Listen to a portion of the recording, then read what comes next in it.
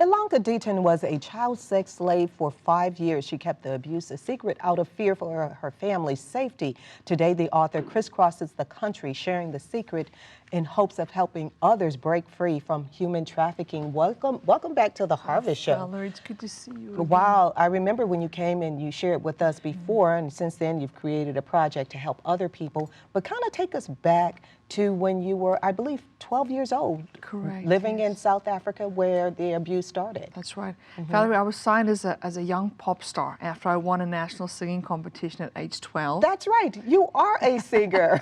That's Listen to your music. Okay, go on. And I lived in a broken family. My dad wasn't present in my life, and my music manager for the first year of my career kind of stepped into that father place for me. And it felt good, and I learned that I could trust him.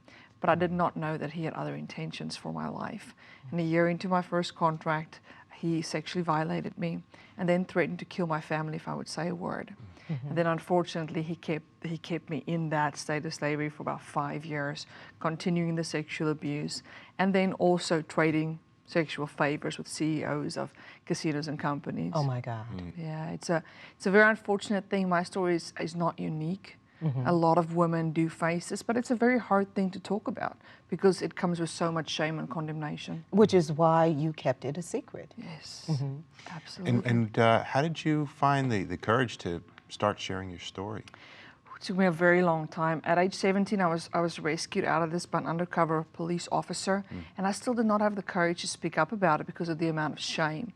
I walked into my adult life feeling like a victim most of the time, and to the point where I attempted suicide when I was 26 years old. Wow. And that's really where God started getting a hold of my heart, that I had to deal with this issue of the abuse that happened in my past.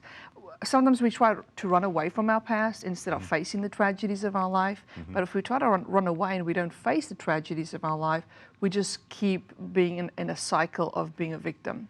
And if I can ask you, Sure. you said that God kind of intervened and came to the rescue, so to speak, or got involved.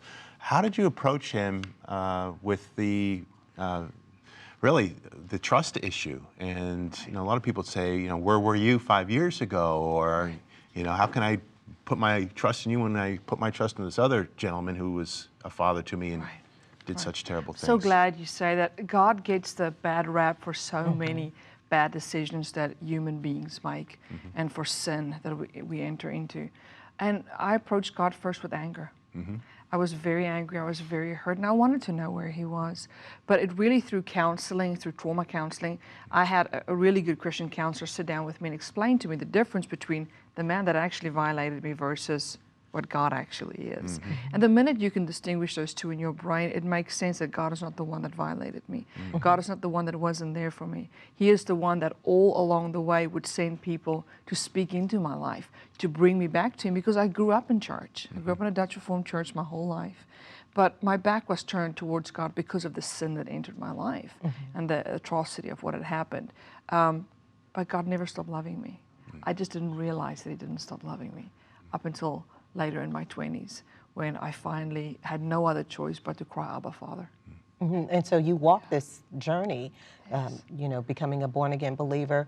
You also went on to get your degree in Christian counseling, and you now have a Christian counseling center in Tennessee. Kind of talk about what you're doing. I know you're sharing your project.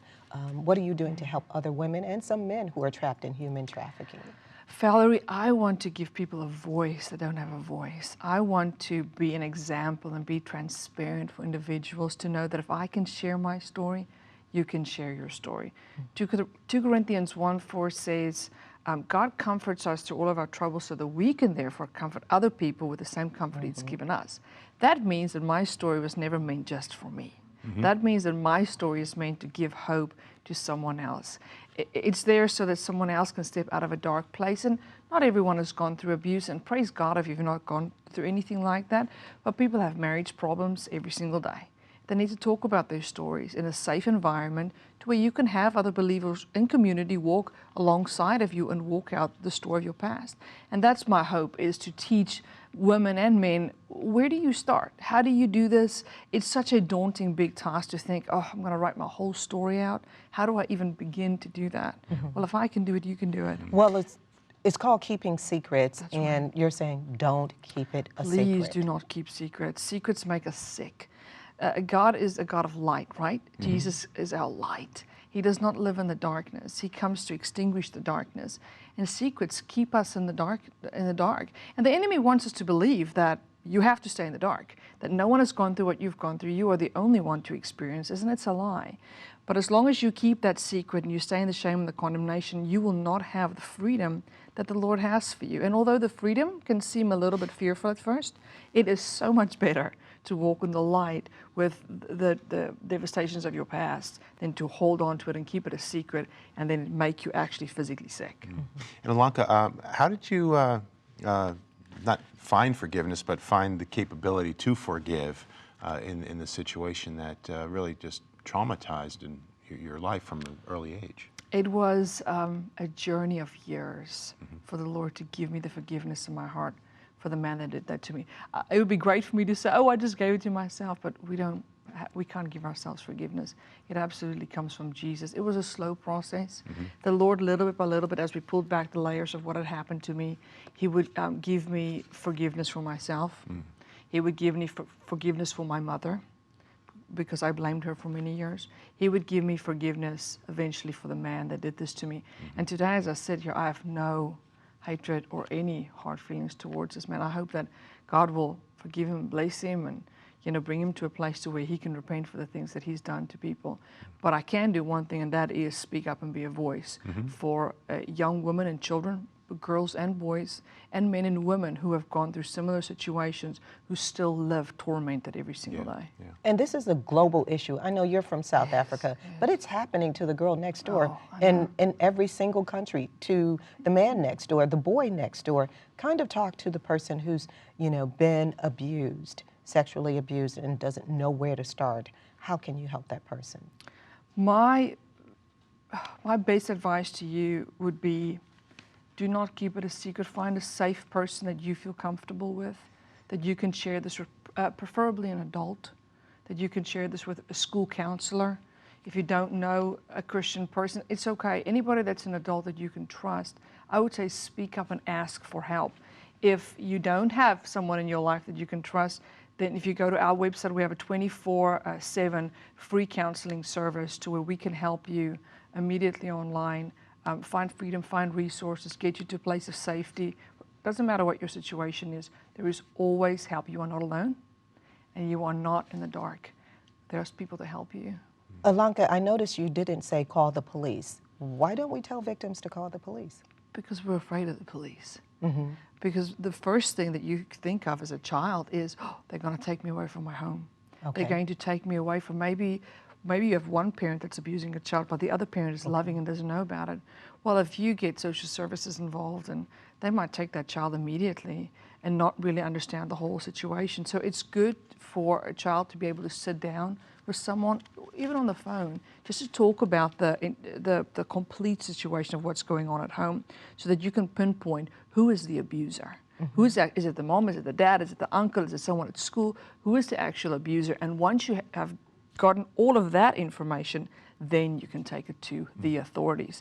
But the authorities seem so scary to a child. So our first approach would be to give them a life jacket, give a child or individual a life jacket, and come alongside of them by resourcing them. And then, as the time is right, you get the authorities involved. Yes. Now, you've got a musical project that goes along with this. Tell us a little bit about that. It is called To Be Loved. It's on Sweet 28 Records.